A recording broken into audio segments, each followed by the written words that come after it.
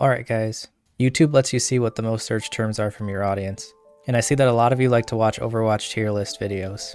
Tier lists are kind of cool, because they let you confirm whether or not that hero you think is actually broken, or if that hero you think is garbage is actually garbage. I say that's cool, but I don't really mean that. Watching that tier list video may make you feel better about losing to a hero you think is broken, but really all it means is that you share a similar opinion to the tier list creator. Because tier lists are really just made using one's assumptions and hypothetical scenarios. You can check multiple other creators' tier lists to compare, and you'll see that they will never fully match. There may be some overlap, but there are always differences. What I'm trying to get at is, if creators can't agree on whether a hero belongs in D tier or B tier, you don't want to let a hero being placed in S tier warp your perception of that hero, even if multiple people are in agreement. Tier lists will never tell you how good a player is on that hero, and picking a hero because they're S tier won't increase your chances of winning if you don't know why they're up there.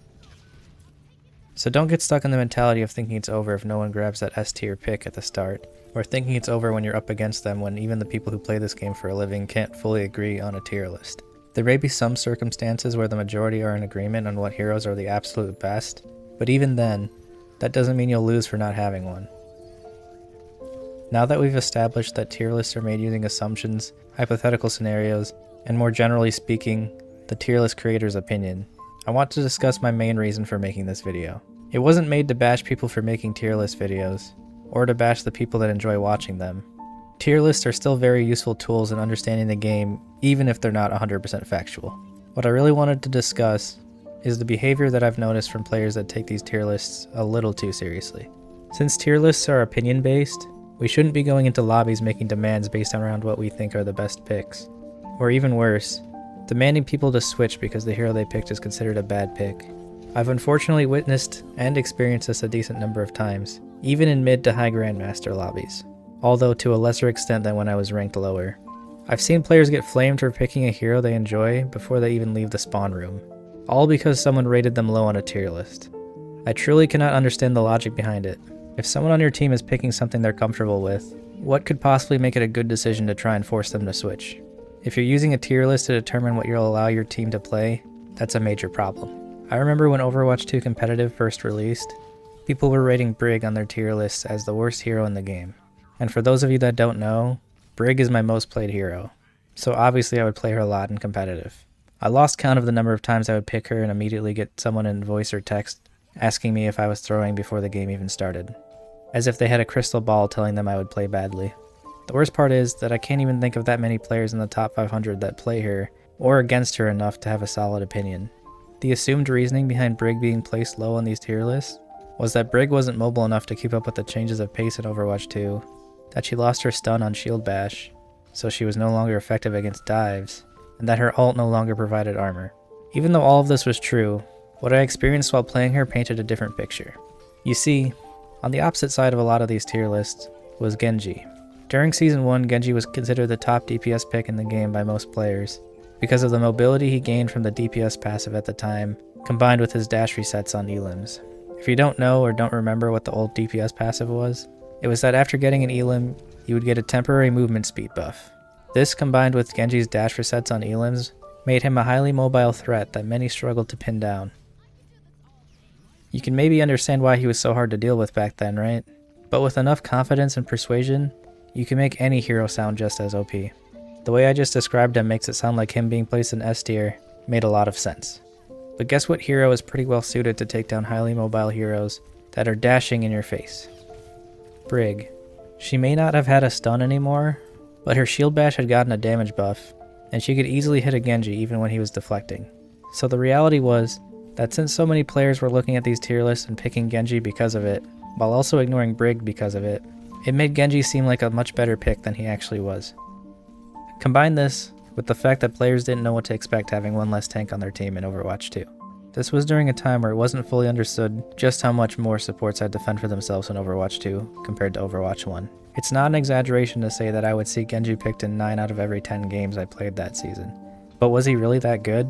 Or was it the fact that the majority of the community believed he was that good that made him good? It's a question that I can't answer, and my explanations also used assumptions and hypotheticals to get to the conclusion that he wasn't as good as people said. There are 2 points to my story that I'm trying to get across. One is to explain to you all that not even the best players in the world fully understand what's going on in the game. And so if you have a hot take, there might be some validity to it. The other is to explain that comfort picks, at times, can be more valuable than following the meta and picking what people say is good. So while everyone was complaining about a super mobile DPS being broken, they were simultaneously complaining about one of the few supports that had a chance of dealing with him. And this all stemmed from a few harmless tier lists. If you're watching a tier list video in the hopes of being able to say, "See, I told you so," I regret to inform you that tier lists mean less than you think. Let's also not forget that the game is played very differently across skill levels, and there are even further differences across server regions. Top that off with the fact that the player base is split between console and PC, and you can start to understand just how misleading it can be to accept a tier list as 100% fact. If a bronze Genji attempted what I described earlier in my story, he would get destroyed by a skill gap once he reached a certain point. Tier list videos, while still useful sources of information, can lead you into believing things you may not have thought to be true before watching them. There is just no way to account for everything that can happen. I think the environment these tier lists have created, in lower ranks especially, is rather unfortunate. If you specialize in a hero, I promise you that it can work just as well as playing a hero people think is currently meta. The idea that you're more likely to win if you choose a top pick is flawed. It will always come back down to individual skill and making the right choices during a match. Other people are choosing that meta pick without knowing how to play them, and you're simply going to outperform them if you're playing a hero you're comfortable with. Once a meta is established, top players are already brainstorming how to counter it, therefore forming a new meta. And you can do that too. By the time the meta reaches you, it can already be outdated. So if you have someone on your team trying to force you to switch for no other reason, other than that they think your pick isn't meta, I recommend not switching. Call it toxic if you want, but I personally don't negotiate with terrorists. I find it hard to take anyone seriously that is using someone else's opinion and trying to present it as fact to harass people. Content creators are not necessarily geniuses. They're people like you and me, and their opinions can be misled by their experiences just like ours. So no matter how much we like a creator's content, we have to remind ourselves to stay grounded in reality, and understand that even if they spend countless hours playing a game, they will never be 100% right. Let's remind ourselves that Overwatch is a game where, even if there was never another balance update for the rest of time, the meta can still change based on how players adapt. And if you adapt earlier than others, the tier list may not reflect what you see as true. I'm hoping this message reaches the people that need to hear it the most. Thanks for watching, everyone.